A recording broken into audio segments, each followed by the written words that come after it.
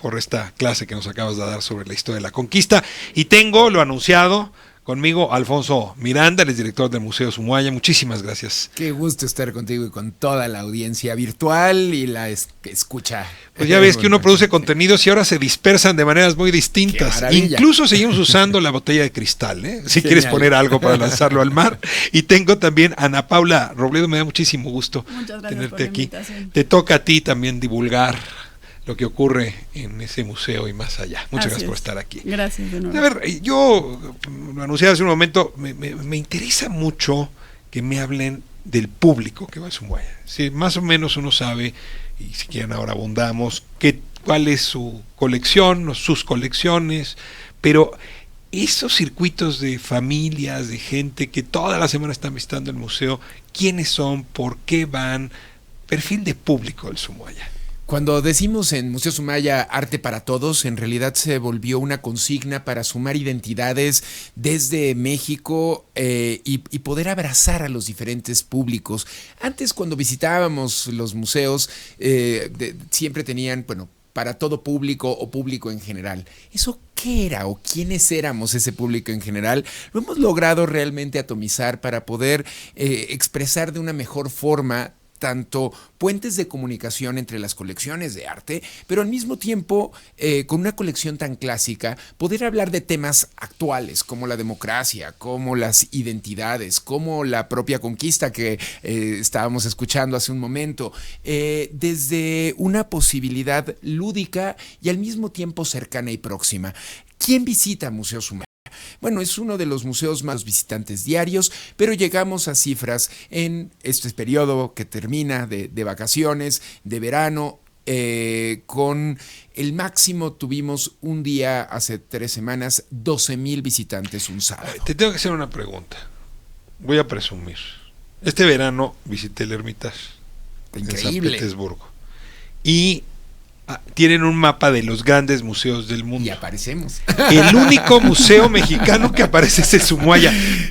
¿Por esta cantidad de visitantes? ¿O porque se fueron al Hermitage y pusieron ahí el banderino? Ambas. A ver, ayúdame a dimensionar la importancia del Sumaya y por qué está ahí en ese mapa. Pues. Es un mapa muy interesante que muestra los museos más visitados del mundo. Hicieron ellos un propio mapeo a partir también del influjo que tienen hoy las redes sociales, que eso también es importante notarlo. No nada más es el visitante que hoy está dentro de las salas del museo.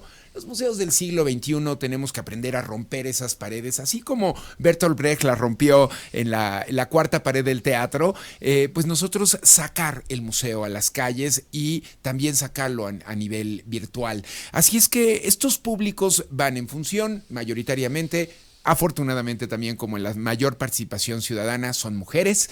Tenemos... los niños, cuéntame cómo van. Niños. A ver, las escuelas están yendo, los niños van con sus padres, se van de pinta al museo solos. Los niños tenemos un tema primordial, los museos de la Ciudad de México, porque se ha sacado desde el sexenio pasado y no hay vías a que esto cambie en esta cuarta transformación. No es obligatorio la asistencia a los museos, es por motu propio que la escuela quiera sacarlos. La Secretaría de Educación Pública pueden sacar a los niños, pero no hay una labor que tendrían que tener tantas horas sacando a los niños a sitios históricos o a museos. Hasta hace algunos sexenios era obligatorio tener 3 visitas a un museo por plantel educativo. ¿Pero cómo educas para visitar museos si no está esto en la currícula? Pues uno tendría que voltear a la primera responsabilidad, que sería el seno familiar. Y entonces decir, ¿cómo estamos construyendo? ¿Y los papás públicos? llevan a los niños? Sí, pero también es un tema, y que hay que subrayarlo, que en esta realidad, no solamente mexicana, latinoamericana, emprender el viaje a un museo y pagar el acceso a un museo no es sencillo para economías Museo Sumaya es gratis. En el caso de Museo Sumaya, esto es un tengo indicador. Aquí. Si hay un prejuicio con el cual yo me he peleado en lo íntimo y ahora lo divulgo en público. Correcto. Que ir a un museo para un niño es una tortura. a ver, puede ser una cosa divertida, placentera, Puede ser entretenida, fantástica, pero sí hay imaginativa. nuestra cultura, sí está la idea que ir al museo es ir a aburrirse, A ver, punto, ¿cuántas copiar veces fichitas. no fuimos a un museo a copiar esa cantidad de letras que se llaman cédulas en un muro y que decían... Y que algunas están muy mal escritas, no las de ustedes, pero ya ves que son no, sí, terribles. o con un lenguaje completamente pretencioso, sin ningún tipo de vínculo con mis propias necesidades como audiencia. Entonces, en realidad es una labor y una responsabilidad compartida, como todo en la vida. Es cierto que estas cédulas pueden ser muy tediosas, muy cansadas y que no reflejen una aventura o un poder imaginativo para un niño. ¿De qué edad a qué edad es el grueso de sus visitantes? Nosotros tenemos de los 12 a los 30 años. ¿Por qué tenemos este grueso tan amplio? Porque hay muchos adultos mayores que están llegando al museo y que nos hacen un punto de quiebre frente a otros espacios culturales que terminan pues hacia los 22 años. Nosotros lanzamos hasta los 30. Entre los 12 y los 30. 30. A ver, ¿otros museos están entre 12 y 22? Entre 12 y 20. Pero a ver, de los 12 a los 20 es porque la escuela te llevó, volvemos al mismo tema. Te mando. Ahí sí es más común que en la secundaria y en la prepa te manden. Te manden, pero esto está cambiando y se están reconfigurando cuando no podemos garantizar la seguridad de un camión de escuela que está saliendo de su plantel llegando a un museo. Ahora, déjame hacerte una pregunta de estas, tienen su truco. A ver. El museo tiene como colección inicial pues las obras adquiridas por don Carlos Slim. Es por una fundación, Sí. no es... Pero digamos, las primeras él. piezas son colecciones que empezaron a gestarse por él y por su mujer, Sumaya, Correcto. justamente. ¿Cómo haces para que una colección que nace sin unicidad, sin eje, más bien dispersa a partir del gusto de un par de personas o una familia, de pronto obtenga identidad y se vuelva una oferta coherente? Son dos vías. Una es la pluralidad de una colección, también habla de las motivaciones de su coleccionista. Y por otro lado, al momento de que se institucionaliza la colección, por eso la presencia del ingeniero Slim es fundamental y fundacional dentro del museo, pero no es unívoca. Hay un grupo amplio de expertos investigando las piezas, certificando que el contenido que se dice en estas informaciones sea el correcto y permanentemente... Siempre están los mitos de no, es que ese es un falso, no sé qué. ¿Cómo vamos a tener no, Rodin, la verdad es que hizo miles de piezas de esas. En fin. Pues no miles, pero sí muchas. Sí. Yo vi también nos hemos topado con esos públicos eruditos en Museo Sumaya yo vi un mejor Greco en Toledo que en Plaza Cárcel. Estaba ligando a la señora con la que iba. El tema del ligue. Esa pretensión de pronto de cómo es posible que una colección clásica y de artistas que difícilmente vemos en nuestra realidad nacional están al alcance ¿Siguen de comprando todos. obra? Sí, es un programa de adquisiciones, quizá no tan extensivo como lo fue en otros años, pero efectivamente seguimos reforzando los discursos. Una de nuestras grandes pasiones actuales es el poder difundir y dar voz a mujeres artistas a lo largo de siglos de tradición. Es un museo con nombre de mujer, no podían hacer Además, menos. tenemos a Elisabetta Siriani o a Artemisia Gentileschi, de las grandes protagonistas. ¿Tienen colecciones permanentes Sí. y tienen exposiciones temporales? Así es. ¿Cómo les está yendo con las temporales? A ver, cuéntame un poco, porque ahí tienen juntito un competidor. A un Jumex, competidor que lo queremos muchísimo y hace y muy la bien verdad las su cosas. gran apuesta son las temporales. Y la verdad es que sí llega uno, perdón que te cuente mi experiencia, pero a visitar la permanente en Sumaya y luego te atraviesas para ver cómo está la temporal de Jumex. ¿Cómo están ustedes en las temporales? Nosotros tenemos un indicador complejo porque como no tienen costo nuestras temporales y no tienen costo nuestra entrada general, el público visita la temporal, pero puede transitar a la permanente. A ver, esto es una jugada importante y cara. Es decir, las temporales también las financian ustedes por entero. Completamente. Porque hay museos que dicen, ¿no? No, Abro la permanente gratis, pero me repongo en la temporal, voy a traer al Greco, ¿no? Entonces eso te cuesta muchísimo dinero. Nosotros tenemos por vocación un proyecto de responsabilidad social y en ese sentido, tanto los programas educativos, nuestras exposiciones, nuestra revista mensual en línea y nuestras distintas actividades son sin costo siempre. Bueno, me detengo aquí, Ana Paula Robledo. ¿Cuáles son esas distintas actividades? Ahora te toca a ti el balón. Me toca a mí. Bueno, tenemos muchas, realmente, como bien decía Alfonso, nuestros públicos son muy diversos. Pero perdón que debí haber hecho una cosa. ¿Tu cargo es directora de comunicación? No directora, soy parte del equipo de comunicación educativa. Entonces te toca justamente hablar de la comunicación educativa. Ahora sí, adelante. Ahora sí. Actividades. Entonces, bueno, dependiendo, tenemos muchos públicos, pues eso, diversos, entonces siempre tratamos de tener algo que pueda ser de interés para unos o para otros. Los fines de semana, por ejemplo, son talleres que nosotros llamamos familiares, porque en otras instituciones, pues son talleres enfocados a niños exclusivamente. En este caso, involucramos a niños, a papás, a abuelos, ¿no? Se pueden realizar la misma actividad. Están pensadas de tal forma que tienen ciertos enfoques que, dependiendo de la edad, uno va captando diferentes cosas, pero el chiste es convivir en familia y no llegar al museo a, bueno, ya cumpliste con tu tarea escolar, entra al taller y yo te espero. No, entonces incluso invitamos. Pero cuéntame los talleres. Talleres puede ser una plática sobre alguno de los Así es, tenemos visitas temáticas, por ejemplo. Vamos a visitar a lo que tenemos justamente, a ver, hablando otra vez, ¿no? Rodin, vamos a ver qué hay de Rodin aquí. Una visita exclusiva sobre Rodin, y a veces los talleres, por ejemplo, son manuales. Cuando uno habla de taller, se imagina la creación de, no sé, una pintura, algo con barro. No necesariamente, ¿no? A nosotros nos gusta también esta parte reflexiva. Entonces el taller, de pronto nos encontramos con que es en salas, imitando la posición de las esculturas, pero para entender cómo trabaja un modelo, cómo trabaja el escultor, cómo se crea toda una escultura, y no necesariamente nos la llevamos en barro o en plastilina a casa, ¿no? Es o sea, lo que hay un poco detrás. más la experiencia y la reflexión del tema. A veces funciona un poquito más que solo hacer la escultura, que evidentemente no nos va a quedar como la de Rodin, ¿no?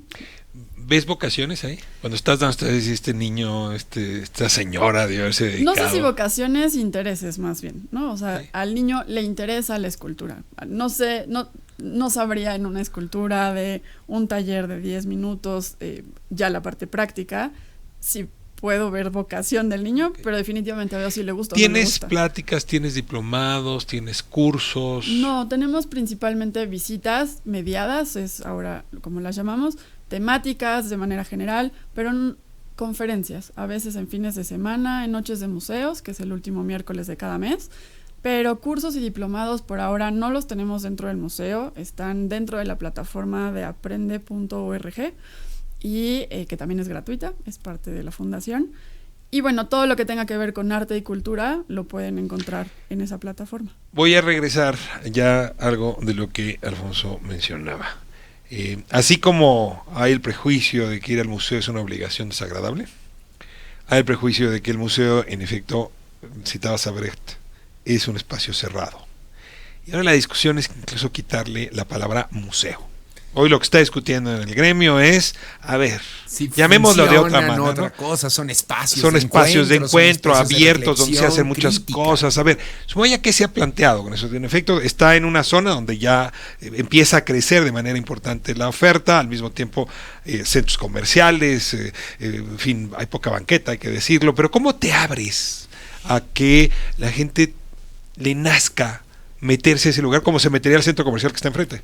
Pues en principio, migrando al centro comercial, a Plaza Carso, que está enfrente, y tener esculturas de Salvador Dalí, por ejemplo, al alcance de cualquier paseante o cualquier trabajador o cualquier pues persona. Es un sacrilegio, sacar a Dalí del santuario, es como sacar a la Virgen de la basílica. O del catedral, y pues sí, el museo no es la catedral, el fenómeno místico incluso no se da dentro de la catedral, se da en el interior de la conciencia del fiel. Entonces sería prácticamente... Me venciste con ese argumento, muy bien. Entonces Dalí en Plaza Carso, a ver. Así es, o sacar de pronto el Laoconte, o tener piezas de Rodin o de Marisol Le Borner-Vaz o de Leonora Carrington en el atrio de San Francisco, en una plaza en el centro histórico, sobre nuestra antigua calle de Plateros, hoy Madero, y que pues es un corredor fundamental, pues tener ahí al alcance las esculturas y que permitan una relación completamente diferente.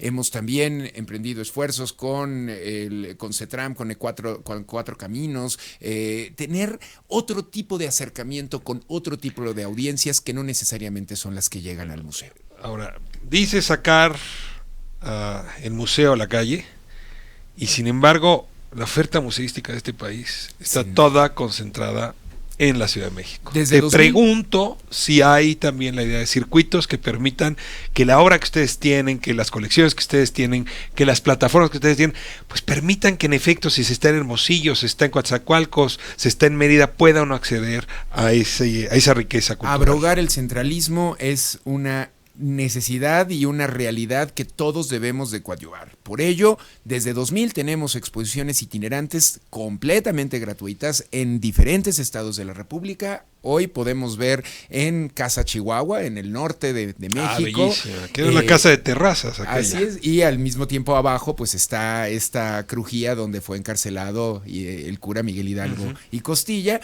y ahí tenemos obras de Renoir, una obra de verdad de una calidad espectacular del impresionismo y de la bella época. Son 50 óleos que dan cuenta de una de ¿Todos de Renoir?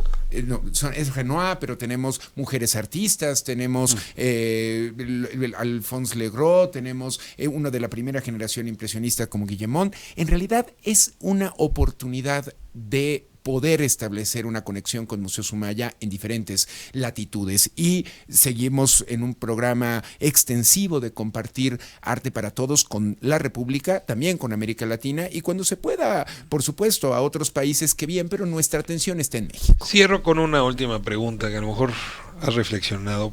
¿Por qué son excepcionalmente pocos los empresarios mexicanos con fortuna que han emprendido acciones como la del ingeniero Slim? Es decir, a mí sí se me antojaría que hubiera réplicas, ánimo, y la verdad yo veo 2 o 3 esfuerzos similares en el país. Yo diría la familia Coppel y lo que ha hecho con arte contemporáneo y el parque Jumex, que es importantísima. Sí. Este esfuerzo podría encontrar. Sí, también hizo lo propio con el parque. Pasa? A ver, un problema de impuestos, un problema de compromiso, un problema de codera. Me parece que el mecenazgo tiene pocas raíces echadas en México y que cada vez más deberíamos de encontrar una vuelta. Regreso a la discusión religiosa. Muchas fortunas acabaron en manos de la iglesia. Ese era el tipo de mecenazgo que se daba. Correcto, pero eso en todo el mundo fue así, y en el siglo XIX vimos la construcción de instituciones museales en todo el mundo, y que en México no vimos. ¿Qué sucede? También esta parte paternalista del Estado, donde no, yo soy el que dirige qué es un museo y cómo son las colecciones y qué discurso patriótico, a veces patriotero, quiero expresar. Hoy la realidad es que la Secretaría de Cultura con sus 2 institutos no pueden darse abasto en esto, y hay que y vemos también lo dramático que están estados de conservación. Hoy vemos también los protocolos pues por lo menos revisitados y revisados, porque nos puede tocar un incendio como el de Brasil el año pasado, o en Catedral de Nuestra Señora de París, pero nosotros ya tuvimos un incendio en Catedral. Hay que cuidar enormemente ese patrimonio. Pero ¿cómo lo cuidamos si no tenemos garantías de vuelta hacia esta relación con la Secretaría de Hacienda? ¿Cómo son las redistribuciones? Es una ecuación compleja. Lástima que sacaste este tema cuando tengo que ir a corte, porque en efecto pues nos daría para una discusión interesante cómo reformular la política cultural. Y la pregunta con la que te voy a dejar y sin responder es, y de cara también a una producción artística de mexicanos que no viven en México, que también tendrá que estar presente, pero espero que no sea la última vez que vengan. Ana, ¿algo más que añadir? Pues nada, que nos visiten los fines de semana, tenemos muchas cosas para ustedes, de verdad los esperamos, Y pues siempre el museo siempre se está renovando, aunque sean permanentes, siempre hay algo nuevo. Alfonso, muchísimas gracias Un por placer. el honor de tu Estamos visita. en 3 sedes nada más: Museo Sumaya Plaza Carso, Plaza Loreto y la nueva Casa Guillermo Tobar de Teresa en la Colonia Roma.